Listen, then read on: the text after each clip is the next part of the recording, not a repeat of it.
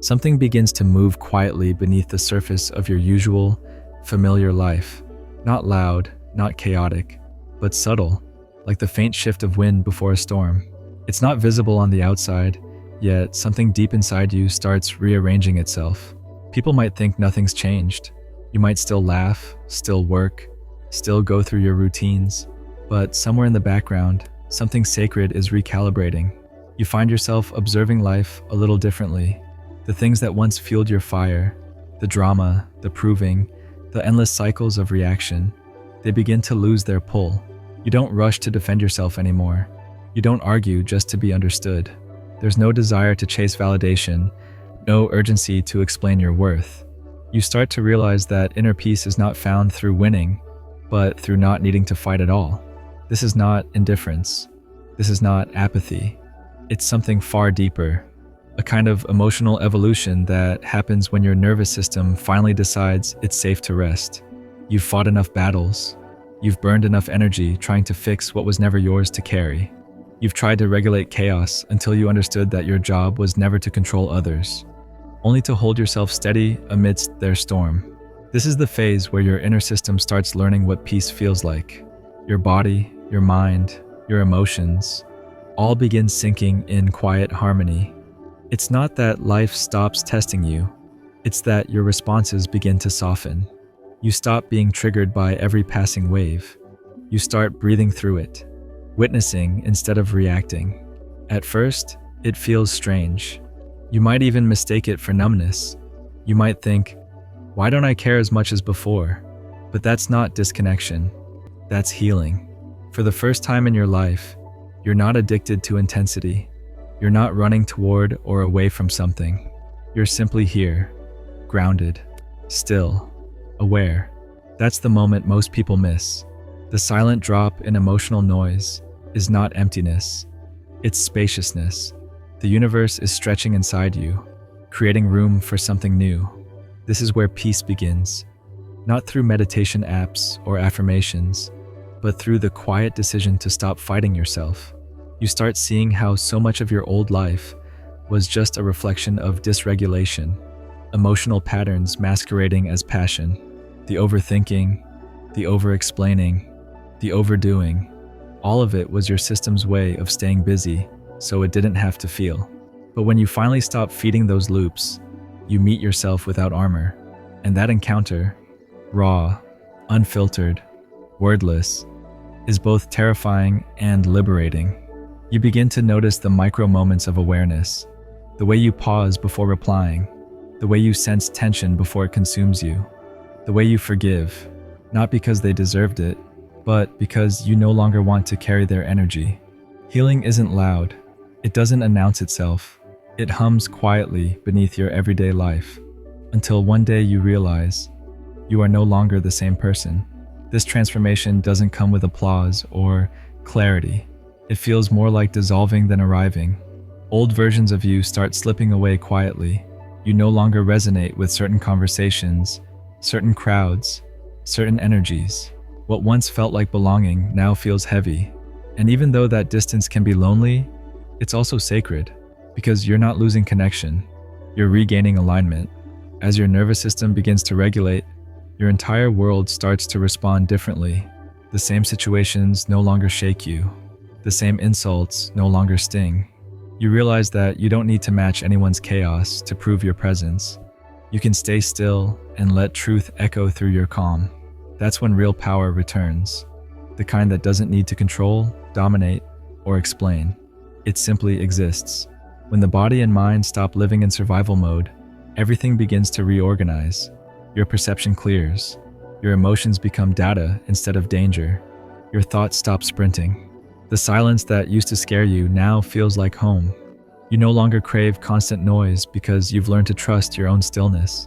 This is the quiet bloom of emotional maturity, the rebirth that happens after exhaustion.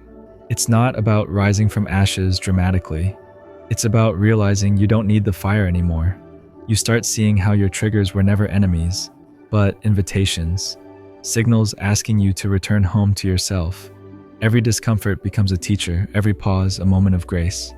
In this new rhythm, relationships begin to shift quietly. almost imperceptibly at first. The dynamics that once defined your connections start to lose their familiar grip. You notice that you no longer chase after people who refuse to meet you halfway. You no longer beg for crumbs of affection, or try to resuscitate connections that have already run their course. You stop performing emotional CPR on relationships that have flatlined. Instead of trying to force a pulse where there is none, you allow stillness to be your closure. You begin to realize that not every ending needs a conversation. Not every silence demands an explanation. You release the idea that healing must come through others, through apologies, through validation, through recognition. You stop waiting for someone else to hand you peace and start building it within yourself. Brick by brick, moment by moment, you begin giving yourself the very things you once begged the world to give you: understanding, compassion, patience, tenderness, and perhaps for the first time in your life, you start to parent your own inner child. You stop scolding that small, trembling part of you for feeling too much or needing too deeply. Instead, you hold it close. You tell it that it's safe now. You become the comfort you once went searching for in others. But this part of the journey isn't soft and glowing all the time. It's gritty. It's raw.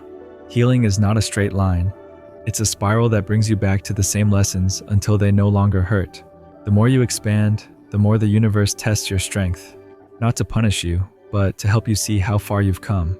You'll notice that old patterns often return, dressed in new disguises, knocking on your door and whispering familiar invitations to react. But something has changed this time.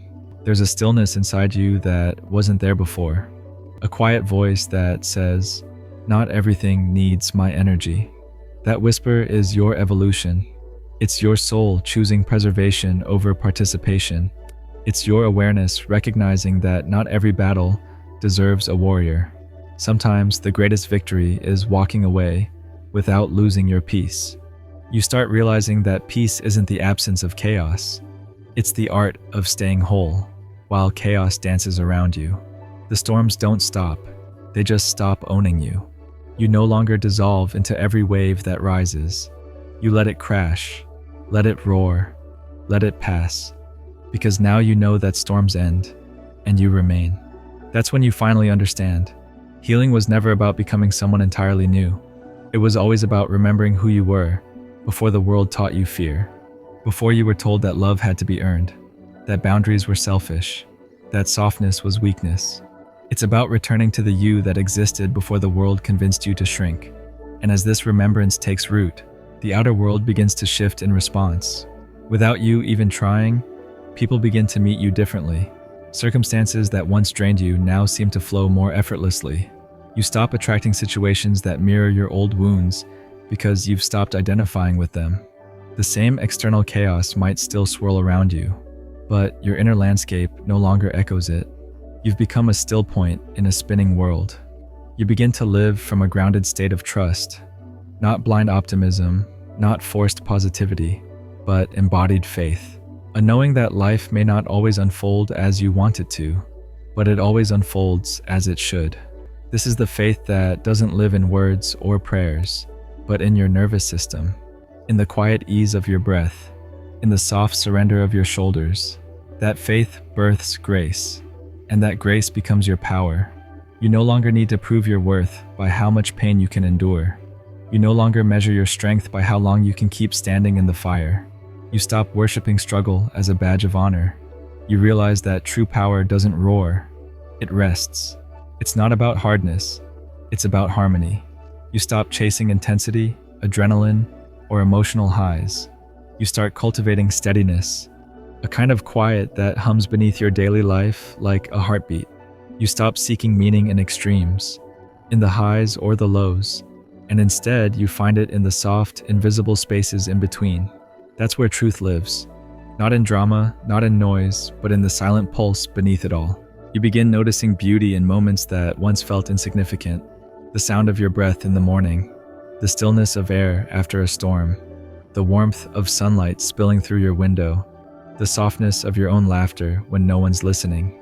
These small details, these micro moments, become holy. They are no longer fillers between big events. They are the event. You start to see that peace isn't something you find after the struggle ends. It's what's been waiting underneath the struggle all along. And then something miraculous begins to happen. You stop needing to be understood. You stop seeking recognition for how far you've come, or validation for how much you've grown. You no longer crave applause for surviving what nearly broke you. Because now, survival isn't the story. Peace is. The reward isn't external anymore. It's the ease in your body, the quiet in your mind, the open space in your heart. That's your trophy. That's your freedom. This calm awareness is what true healing looks like. Not perfection, but presence. Not detachment, but discernment. Not walls, but boundaries that rise naturally out of self-respect. You realize that maturity is not about suppressing pain. It's about learning to breathe through it until it transforms into wisdom. You stop running from discomfort and start listening to what it's teaching you. Eventually, you stop labeling everything as good or bad. You begin to see patterns as teachers, endings as redirections, heartbreaks as initiations. Silence becomes sacred, not empty, but full of answers. You stop fearing uncertainty because you begin to recognize it as divine choreography, a slow, graceful unfolding of your own becoming. And then, one day, without ceremony or announcement, you simply feel lighter. It doesn't happen in a flash. It happens quietly, like dawn breaking. Life hasn't necessarily gotten easier, but your resistance has softened. You're no longer gripping the wheel so tightly. You've stopped trying to bend life into your plan and have begun flowing with its rhythm. You no longer manipulate outcomes or chase control. Instead, you align with what feels honest. You begin to trust that what is meant for you doesn't need to be chased. It simply needs to be received. And in that surrender, that beautiful, effortless surrender, you realize something profound. The peace you were chasing was never out there. It was never hidden in success, love, validation, or understanding. It was always underneath everything you were trying to fix, behind the noise, beneath the wounds, inside the quiet you once feared. You see now that the purpose of every storm wasn't to destroy you.